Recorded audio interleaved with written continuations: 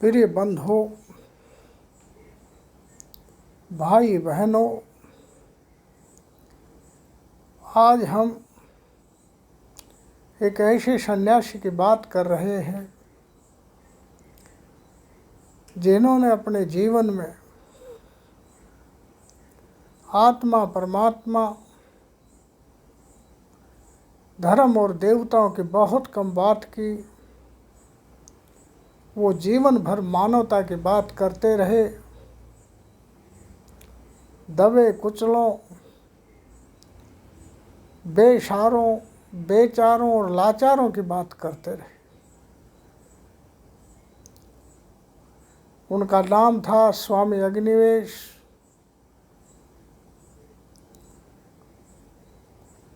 स्वामी अग्निवेश को मैं अपने विद्यार्थी जीवन से जानता हूँ। जब स्वामी जी मैं जब कॉलेज में पढ़ रहा था 1975 से 81 के बीच में, तो उस समय स्वामी जी कॉलेज में चीफ गेस्ट के रूप में कई बार बुलाए जाते थे। और जब स्वामी जी बोलते थे, उनके गेरुए कपड़े, सिर पर पगड़ी, जलती हुई आँखें, ललाट पर ओज, तेज और आवाज में कशिश,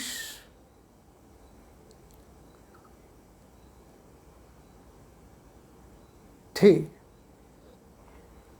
उनकी आवाज़ इतनी बुलंद थी और एक वास्तविक आवाज़ थी कि हर आदमी मंत्र मुग्ध हो जाता था, उनको सुनने के लिए तैयार हो जाता। पहली बार जब वो कॉलेज में आए तो उनके कपड़े देखकर हमने विचार किया कि ये धर्म कर्म की बातें करेंगे, कर्म कांड की बात करेंगे, पाप पुण्य की बात करेंगे। इन चीज़ों में जवानी में ज़्यादा रुचि भी नहीं होती, फिर भी इनके बारे में सुना हुआ था, इसलिए सभी लोग वहाँ एकत्रित हुए थे। जब ये बोलने लगे तो संपूर्ण रूप से गरीबों, दलितों, बेसहारों, बेचारों और लाचारों की बात और लाचार बनाने वाली दोषी व्यवस्था पर बोल रहे थे। क्योंकि हम उसी दर्जे के विद्यार्थी थे, किसानों के बच्चे थे, तो हमें इनकी एक एक बात सत्य लगने लगी। दूसरा विषय उनका था कि जवानों को वैज्ञानिक सोच में ढालना चाहिए, पाखंडपूर्ण तथा कर्मकांड में अति विश्वास और अंधे विश्वास से जवानों का विकास नहीं हो सकता। तीसरा जो विषय था वो विषय था कि जवान नशे की लत से दूर होगा तो जवान का ही विकास नहीं होगा, गांव ग्राम का विकास नहीं होगा, देश का विकास होगा। इन तीन विषयों पर वो बोले थे और उनके बोलने में इतना भारी ओज तेज था कि बच्चे सुनकर बहुत खुश हुए, बहुत उत्साहित हुए। उसके बाद तो 10-10 किलोमीटर दूर भी कहीं आते थे तो हम पैदल उनको सुनने चले जाते थे। इतने ओजस्वी और तेजस्वी वक्ता थे। स्वामी जी का जन्म आंध्र प्रदेश में हुआ और स्वामी जी का लालन पालन उनके दादा, जो उस वक्त के एक रियासत के दीवान थे, आज के छत्तीसगढ़ में हुआ। वो ब्राह्मण परिवार में जन्मे थे, परंतु कर्मकांड के भयंकर विरोधी थे और ब्राह्मणों के लिखे हुए बहुत से शास्त्रों से कोई मेल नहीं खाती थी उनकी विचारधारा। वो पाप पुण्य को, गरीबी अमीरी का कारण नहीं मानते थे। वो मानते थे गरीबी के कारण व्यवस्था और मानव ही दोषी है जिसने ऐसी व्यवस्थाएं दी जिससे मनुष्य शोषित होता रहा और एक तबका दबता कुचलता गया, मरता गया। इस विचारधारा के वो व्यक्ति थे। अब मैं उनसे 1975 से ही जुड़ गया था। 1968 में उन्होंने हरियाणा कार्य क्षेत्र बनाया था और हरियाणा के गुरुकुल के अंदर अध्ययन करके संस्कृत भी सीखी थी।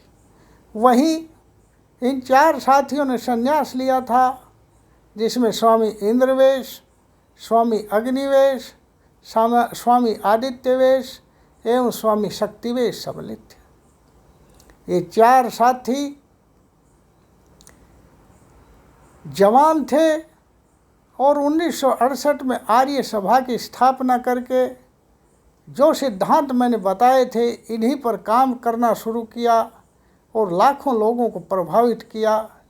योगासन के शिविर लगाते थे, उनमें बच्चों को तैयार करते, नौजवानों को तैयार करते। 1975 तक इनका लगाया हुआ पौधा एक फल में बड़े पेड़ के रूप में विकसित हो गया था।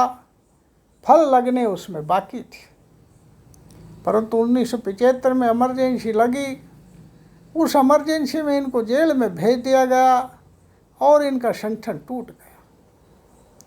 इनके साथी संगी, जिनमें मुख्य रूप से रामनिवास आर्य, बिरजानंद आर्य,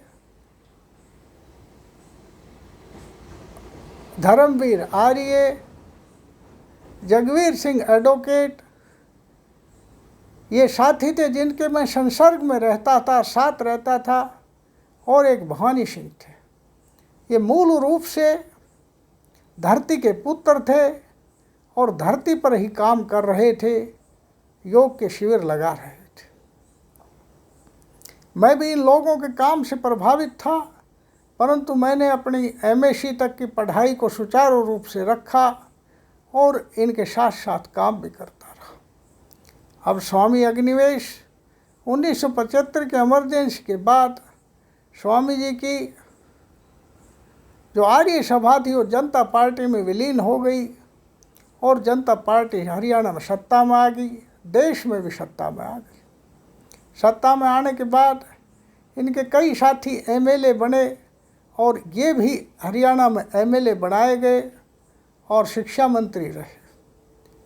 जितने दिन इन्होंने कैबिनेट स्तर के शिक्षा मंत्री थे, जितना शिक्षा का काम किया वो बहुत ही सुचारू और सुव्यवस्थित किया, परंतु जनता पार्टी की सरकार ख़त्म हो गई और इसके पश्चात इन्होंने राजनीति से तिलांजलि दे दी।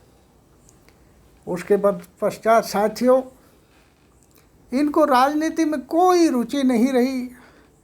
इन्होंने स्वतंत्र रूप से काम करने का विचार किया। हम भी इनके पास जाते थे तो उन्होंने कहा कि राजनीति में काम नहीं करेंगे, अब हम पूर्ण रूप से गरीब, गुरबों, दलितों और लाचारों के लिए काम करेंगे।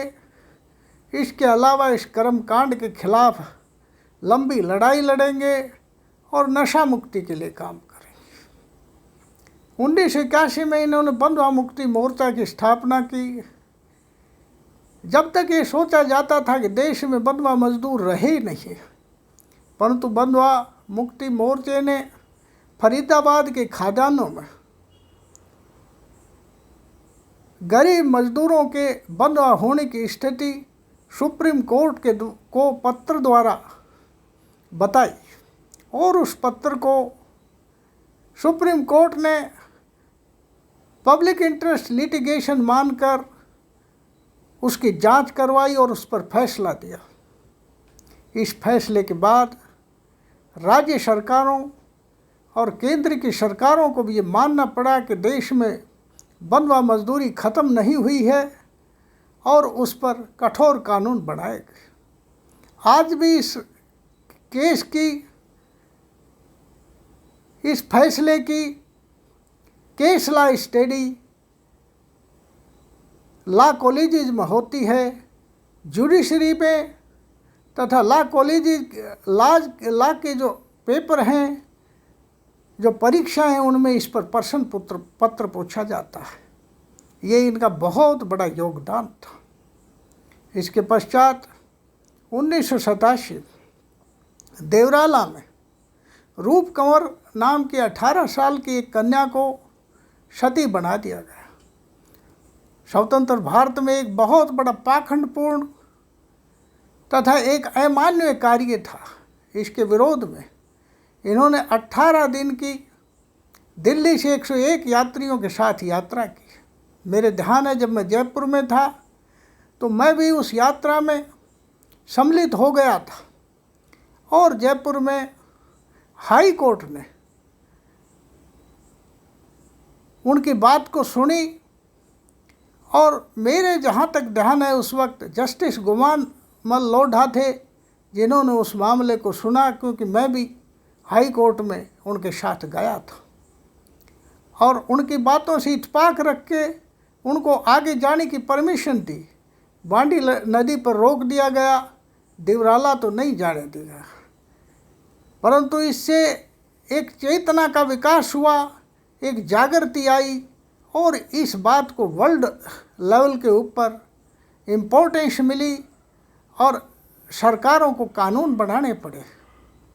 सती महिमा मंडन के विरुद्ध सरकार ने कानून बनाए और उसको रोक दिया गया। इसके पश्चात साथियों यही नहीं रुके, इनका कार्य सतत रूप से चलता रहा। आप विचार करिए कि इन्होंने 1994 से लेकर 2004 तक United Nations trust fund on contemporary forum of slavery, समकालीन दासता के ऊपर एक फोरम, एक फंड था जो यूनाइटेड नेशन संयुक्त राष्ट्र संघ ने बनाया था। उसके 1994 से 2000 तक वो चेयरपर्सन रहे और इस दौरान इन्होंने बहुत महत्वपूर्ण कार्य किए। इन कार्यों का विवरण मैं आगे बताऊंगा। अब इनका कार्य लगातार चलता रहा। इसके साथ इन्होंने वैदिक समाजवाद की एक पुस्तक लिखी, जिस पुस्तक को हमने शुरू में पढ़ा था, उसी से प्रभावित हुए थे।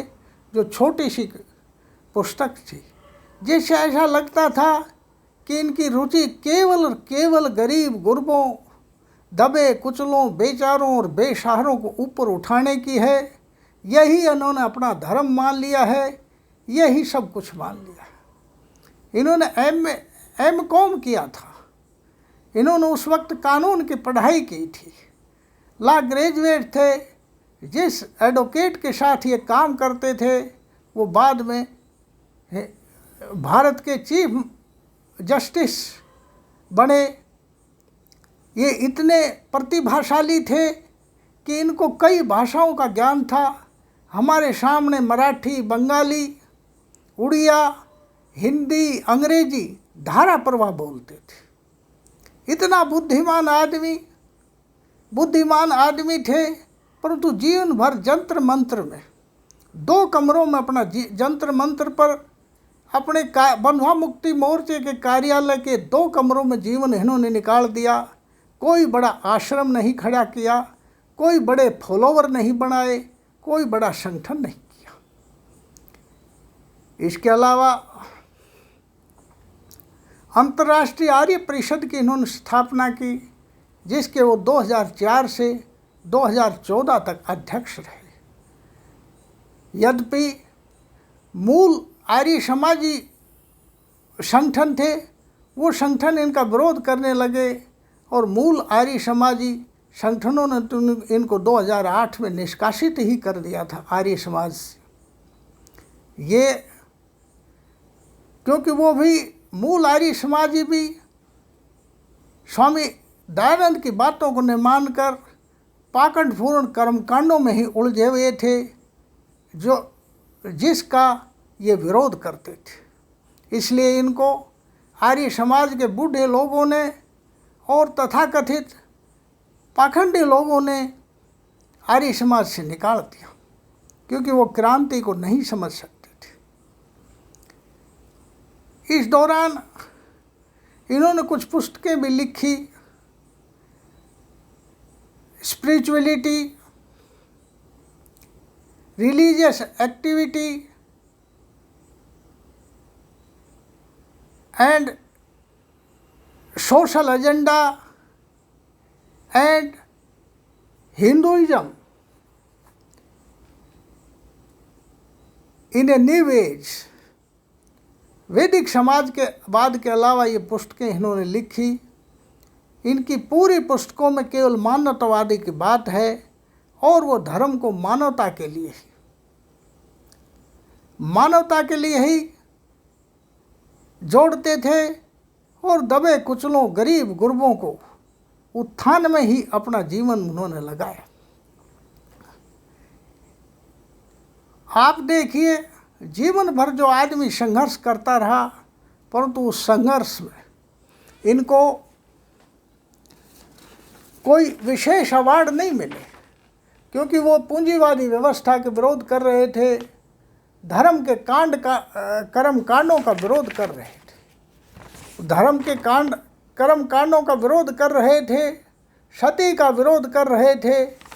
इस प्रकार वो अनेक प्रकार की इन चीज़ों का विरोध कर रहे थे। फिर भी 2004 में इनको राजीव गांधी सद्भावना राष्ट्रीय पुरस्कार मिला। 2005 में स्वीडन की सरकार ने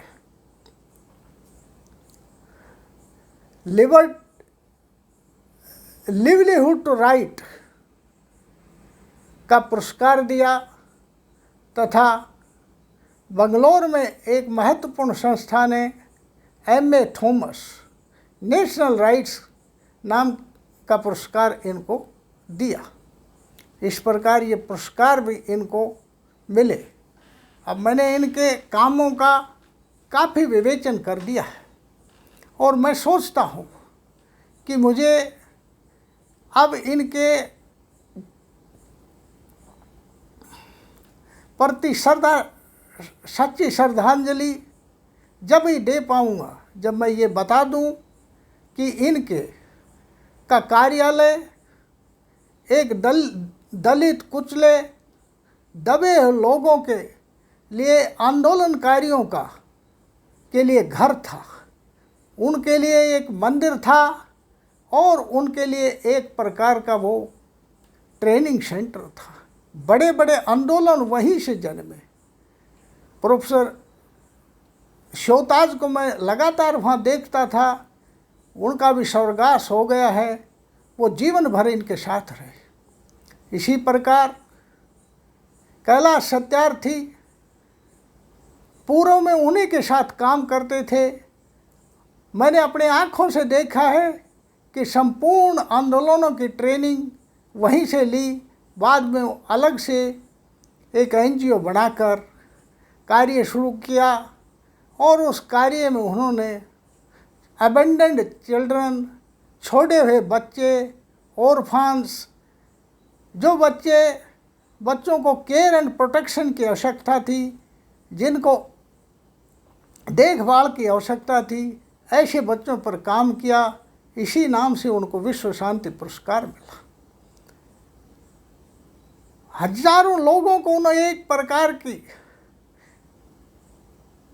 गरीबों, दबे कुचलों और लाचारों के उत्थान के लिए आंदोलन करने की ट्रेनिंग दी, जहाँ से सारी ट्रेनिंग शुरू हुई। अन्ना हजारे के आंदोलन की शुरुआत उन्हीं के कार्यालय के अंदर हुई और वो शुरुआती दिनों में उस आंदोलन में शरीक भी रहे।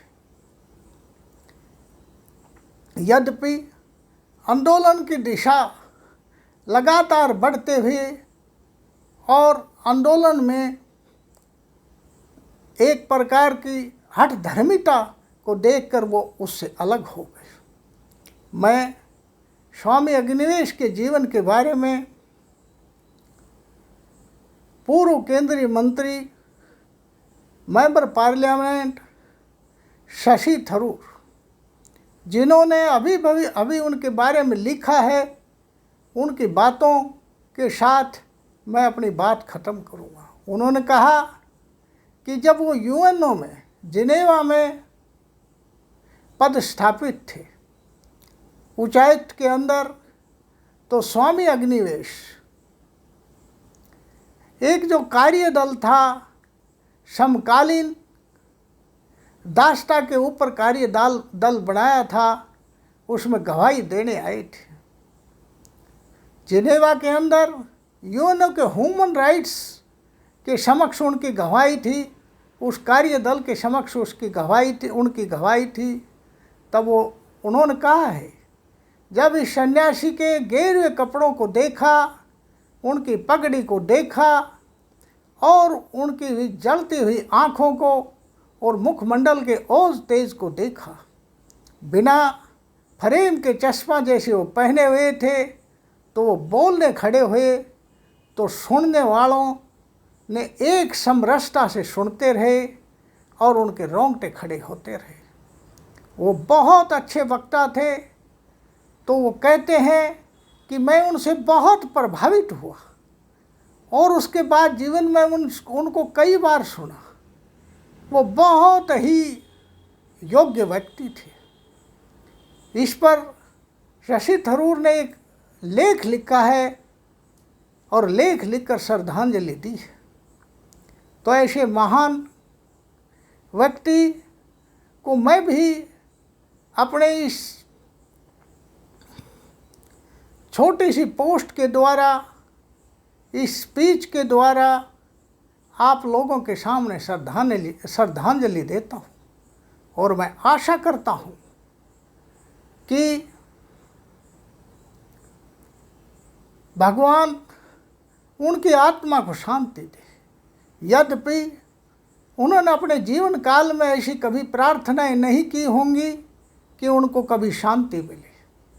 वो जीवन काल में उनको जो मैं देखता था, क्योंकि कई बार उनके साथ रहने का मौका मिला, तो आर्य समाज के नियमों के अनुसार जो उनकी संध्या करने की विधियाँ थी और जो भी उनकी विधियाँ थी उसी के अनुसार वो संध्या करते थे और मंत्र वाचन करते थे, ध्यान करते थे।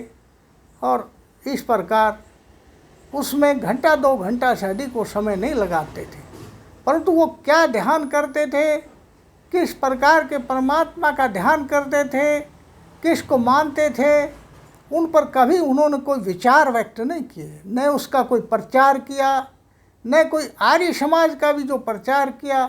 उन्होंने केवल स्वामी दयानंद के उन विचारों को जो क्रांतिकारी थे, जो पाखंड के खिलाफ थे, उन्हीं का प्रचार किया।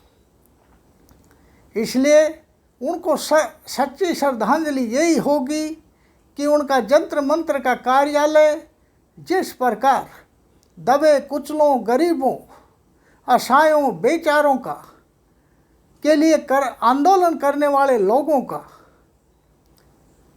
एक मंदिर था, एक ट्रेनिंग सेंटर था, उसी प्रकार बना रहे और उसमें कोई दूसरा व्यक्ति इन आंदोलनों को उठाने का बेड़ा उठाए।